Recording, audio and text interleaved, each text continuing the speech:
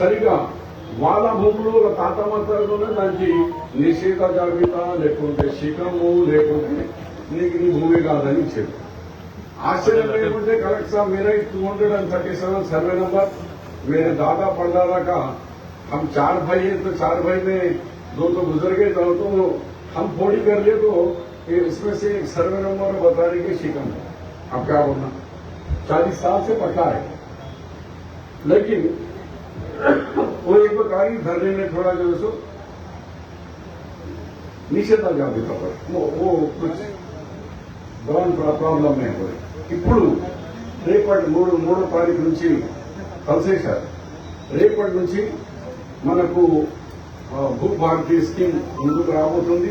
ఈ స్కీమ్ లో మళ్ళా పాత రోజుల్లో రెవెన్యూ సదస్సులు పెడతాం. సాదా పేపర్ మీద కానీ బైనామా మీద కానీ స్టాంప్ పేపర్ మీద ఉంటే రెవెన్యూ డిపార్ట్మెంట్ గతంలో ఇట్లా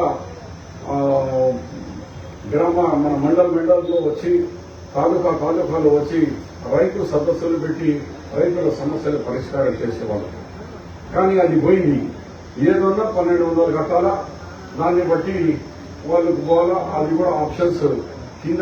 ఇప్పుడు ఎంఆర్ తహసీల్దార్కి ఉంది, ఆర్డీఓ గారికి ఉంది, అడిషనల్ కలెక్టర్ గారికి ఉంది, కలెక్టర్ గారికి ఉంది, దాని మీద సిసిఎల్ ఉంది.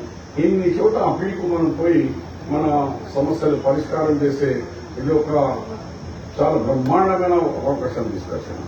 ఇక పోతే భారతదేశంలో ఇన్ని రాష్ట్రాల్లో ఎక్కడ కూడా సన్న బియ్యం లేదు.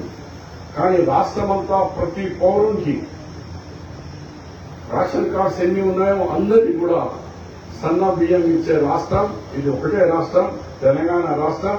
గౌరవ ముఖ్యమంత్రి రేవంత్ రెడ్డి అండ్ ఈ ప్రభుత్వం ఇలా అందరినీ మనము సన్న బియ్యం ఇస్తున్నామంటే మీరు అర్థం చేసుకో. कहीं देश में किसी कोने में भी नहीं है, कोई रियासत में भी नहीं है.